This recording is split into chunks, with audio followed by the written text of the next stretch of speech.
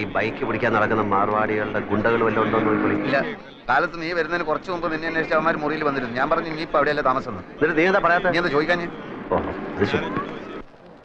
കണ്ട കോളിന് കുറെ കാലം കിടക്കണ്ടതാ. ആരെയും വെറുപ്പിക്കണ്ട. ബാഗിനകത്ത് മൂടി വെക്കാനല്ല, കാശും തന്ന് തന്നെ കണക്കപ്പിള്ളാന്ന് പറഞ്ഞ് ഇവിടെ കുത്തി നിർത്തിയിരിക്കണേ. ആവശ്യത്തിന് കൊടുക്കാനാ. ഇവിടുത്തെ പണിക്കാരെ ആരെന്ത് ചോദിച്ചാലും അത് അങ്ങോട്ട് കൊടുക്കുക. അയ്യോ, എവിടേക്കാ പോണേന്ന് വെച്ചാ പറഞ്ഞിട്ട് പോണ്ടേ. ഫോൺ നമ്പറും ഇല്ല, അഡ്രസ്സും ഇല്ല. എന്താ കാര്യം? വർമ്മ സാറ് ബോധം വന്നപ്പോ മുതൽ നിലവിളിക്കുക. ഞാനിപ്പോ അതിനെന്ത് ചെയ്യണം? ഒരച്ഛന്റെ വിഷമം മനസ്സിലാക്കണം. പറയുന്നത് കേൾക്കല്ലാതെ മറിച്ചൊന്നും പറഞ്ഞ് അങ്ങേരെ വിഷമിപ്പിക്കരുത്. ഞാൻ മോന് പുണ്യം കിട്ടും. വാ ഇനി വാ.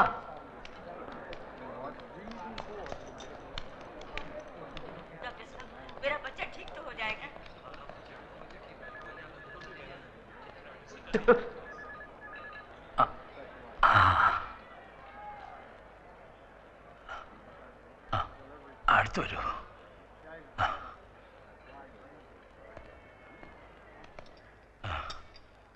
കണ്ണേ പൊന്നേന്ന് പറഞ്ഞു വളർത്തിയ കുഞ്ഞാണ്. ഇപ്പൊ കിടക്കണ കിടപ്പ് കണ്ടില്ലേ? ഡോക്ടർ പറഞ്ഞു നീ വേണം അവളെ രക്ഷിക്കാനെന്ന്. എന്റെ മോളെ കൈവിടരുത്. ഒന്ന് പറയൂ ഇരവി, എന്നോട് മാപ്പാക്കണമെന്ന് പറയൂ. പിണക്കവും പരിഭവവും ഒന്നും ഇല്ലാന്ന് എന്നോട് പറഞ്ഞു കഴിഞ്ഞു. എല്ലാം ഞാൻ പറഞ്ഞു മനസ്സിലാക്കിച്ചോളാം. വർമ്മ സാറ് വെറുതെ വിഷമിച്ച് പ്രഷർ കൂട്ടണ്ട. ആ, അത് കേട്ടാ മതി എനിക്ക്. 100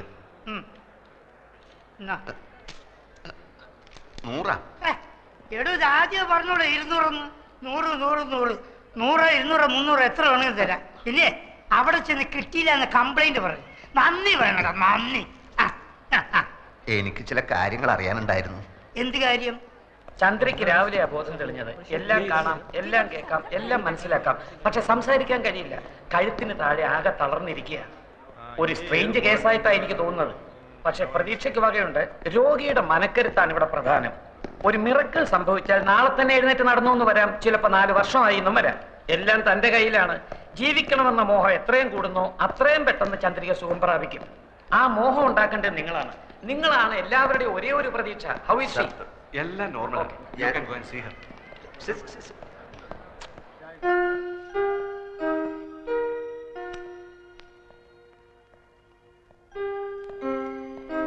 കൊച്ചെ, എനിക്കൊരു കാര്യം പറയാനുണ്ട്. എല്ലാരും കൂടെ എന്നെ തെറ്റി.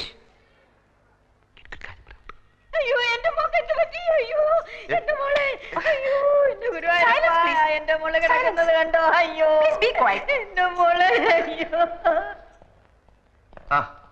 ഞാൻ DSP സത്യപാൽ, പുതിയോർമ്മന്റെ അമ്മാവനാണ്. ഇതെന്റെ പെങ്ങളുടെ ഭർത്താവ് അഡ്വക്കേറ്റ് വേണു. പാലക്കാട് ക്രിമിനൽ പ്രാക്ടീസാ. ഞങ്ങളിങ്ങനെ കേസിന്റെ കാര്യങ്ങളൊക്കെ പറഞ്ഞുകൊണ്ടിരിക്കുകയായിരുന്നു. അപ്പൊ ഇതുപോലൊരു കേസ് അല്ല, ഇതുപോലല്ല.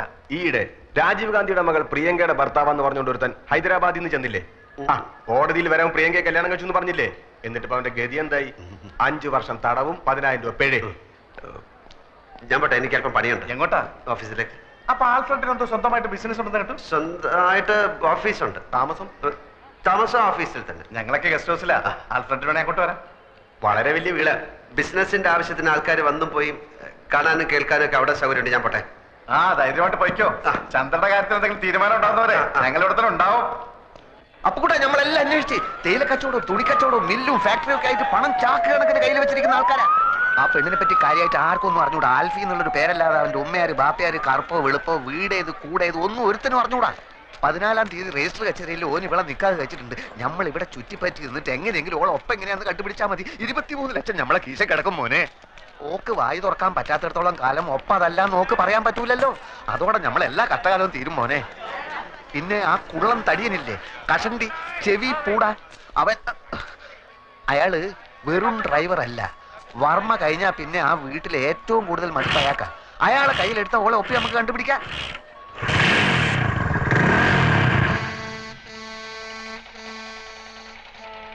ഇനി എന്താടാ ഒന്നും മിണ്ടാത്തത്? നീ പടച്ചോനെ കണ്ടിട്ടുണ്ടാ? ഇല്ല, കണ്ടിരുന്നെങ്കിൽ ഒന്ന് ചോദിക്കായിരുന്നു. എന്തിനാ ഇങ്ങനെ എന്നെ പടച്ചു വിട്ടതെന്ന്. എന്നാ പടച്ചോനെ നമ്മള് കണ്ടിട്ടുണ്ട്. എവിടെ വെച്ച്? പലയിടത്തും വെച്ച്, പല രൂപത്തിൽ. ഒരിക്കല് ബസ്സിൽ ടിക്കറ്റ് എടുക്കാൻ 20 പൈസ കുറവായപ്പോ സ്കൂളിൽ പഠിപ്പിച്ച പണിക്കര മാഷ രൂപത്തിൽ വന്ന് 20 പൈസ തന്ന്. പിന്നൊരിക്കൽ എടപ്പള്ളി പെരുന്നാളിന് കാശില്ലാണ്ട് വിശന്ന് വലഞ്ഞപ്പോ ഒരു ദുബായിക്കാരന്റെ രൂപത്തിൽ വന്ന് ബിരിയാണി വാങ്ങി തന്നു. അങ്ങനെ കഷ്ടപ്പെടുന്ന നമ്മളെ മുമ്പിൽ പല രൂപത്തിലാണ് പടച്ചോൻ വരിക. ഇപ്പൊ ഈ ചന്ദ്ര എന്ന് പറയുന്ന പെണ്ണിന്റെ രൂപത്തിലാണ് വന്നിരിക്കുന്നത് എന്ന് വെച്ചോളി. ഞമ്മള് പാതി പടച്ചോൻ പാതി എന്നാ. പടച്ചോന്റെ പാതി പടച്ചോൻ ചെയ്തു, ഞമ്മളെ പാതി ഞമ്മള് ചെയ്യണം. നീ ചെകുത്താനെ കണ്ടിട്ടുണ്ടാ? ഉണ്ടല്ലോ ഞമ്മളെ മാമ. അതൊക്കെ കുഞ്ഞ് ചെകുത്താൻ വലിയ മലയിടത്ര ഉള്ളതുണ്ട്. അതായിട്ടായിരിക്കും ചിലപ്പോ ഒറിജിനൽ ആൽഫി വരുന്നത്. അപ്പൊ പടച്ചോനും കാണൂല, ആരും കാണൂല. ഞാൻ ഒറ്റയ്ക്ക് കൈയും കാലും ഇട്ട് അടിക്കേണ്ടി വരും. ഓരോ പുലിവാലും കൊണ്ടുവന്നിരിക്കുന്നു. ഒരു കാര്യം ഇനി മറക്കല്ലേ, ആകെ മുങ്ങി നിൽക്കുക നമ്മള്.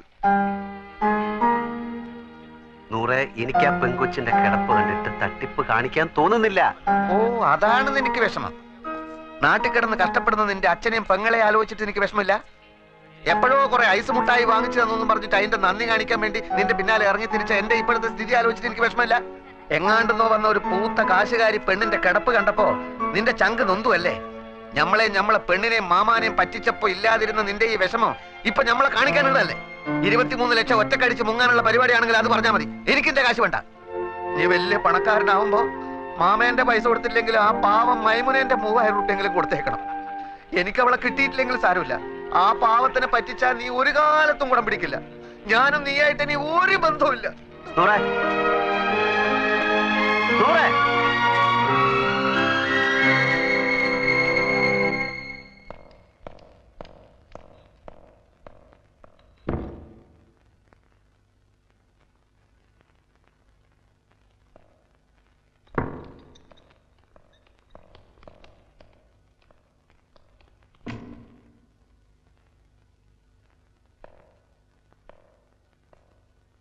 കൊച്ചേ, നിനക്കെല്ലാം കാണാനും കേൾക്കാനും പറ്റുമെന്ന് എനിക്കറിയാം. അയാം അപ്പുക്കുട്ടൻ. എന്റെ പേര് അപ്പുക്കുട്ടൻ എന്നാ. വഴി വെച്ച് നാട്ടുകാരെല്ലാം കൂടെ നിന്നെ എന്റെ തലയിൽ വെച്ച് തന്നതാ.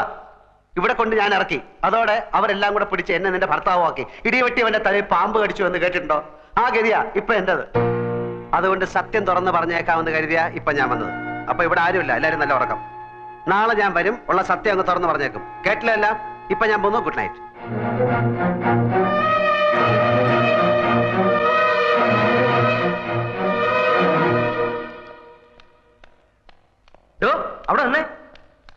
അവിടെ നിന്നേ. ഒരു പാവം പിടിച്ച പെണ്ണിനെ പ്രേമിച്ച് കെട്ടിയിട്ട് അവളെ ഒന്നിനും കൊള്ളാതായപ്പോ മുങ്ങി രക്ഷപ്പെടാൻ നോക്ക. അങ്ങനെയൊന്നുമല്ല. പിന്നെ താനല്ലടോ അവളുടെ ഭർത്താവാണെന്ന് പറഞ്ഞു ഓപ്പറേഷൻ മുമ്പ് ഒപ്പിട്ടത്. അതൊരു പെണ്ണുമ്പോൾ അവിടെ ഒപ്പിട ഇവിടെ ഒപ്പിട അവിടെ ഒപ്പിടാന്ന് പറഞ്ഞപ്പോ ഞാൻ ഒപ്പിട്ട് പോയതാ. അതിപ്പോ നീ ഉണ്ടാക്കിയ സൂത്രല്ലേ? സൂത്രോ? ഒരു മറ്റേ വർത്താനം പറയരുത്. എന്റെ പേര് KC അപ്പുക്കുട്ടനാ. കുറ്റിപ്പുറത്ത് ചേരിൽ അപ്പുക്കുട്ടനാര്. തനിക്ക് വിശ്വാസമല്ലേ? ബർത്ത് സർട്ടിഫിക്കറ്റ്, SSLC ബുക്ക് നാളെ കൊണ്ട് കാണിച്ചു തരാം. അതിപ്പോ ഏത് ചേരിയിലും ഏത് പേരിലും ആർക്കും കിട്ടും. എന്നാലും കാര്യം ചെയ്യും. അവന്റെ പേരെന്താ? ആൽഫ്രഡ് ഫെർണാണ്ടസ് എന്നൊരു കല്ലാസ് ഉണ്ടാക്കിയിട്ട് താനാ അവളെ കെട്ടിയെന്ന് പറ. പോയി പണി നോക്കണോ? നീക്കണോ?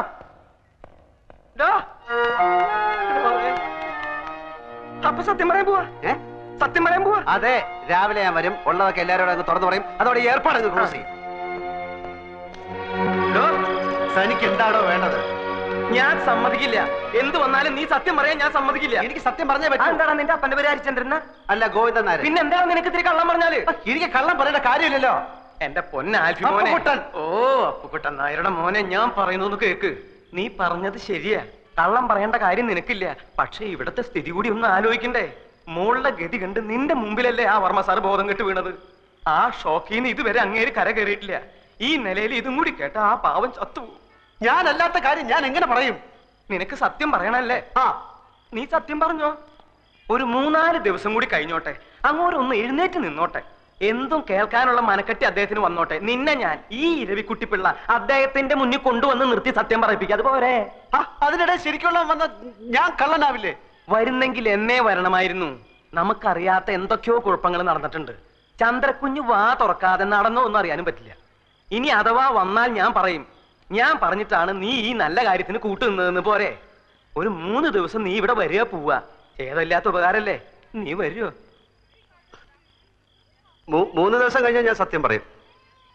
നീ നല്ല പയ്യനാണ്. നിന്നെ കണ്ടപ്പോഴേ എനിക്കത് അറിയാമായിരുന്നു. എന്നാ ശരി, ഞാൻ ഗുഡ് നൈറ്റ് പറഞ്ഞോ? ഇല്ല. Good night. Good night. ഞങ്ങളുടെയൊക്കെ പ്രാർത്ഥനയുണ്ട്, വേഗം സുഖാവും. പാല് ഫ്ലാസ്കിലുണ്ട്.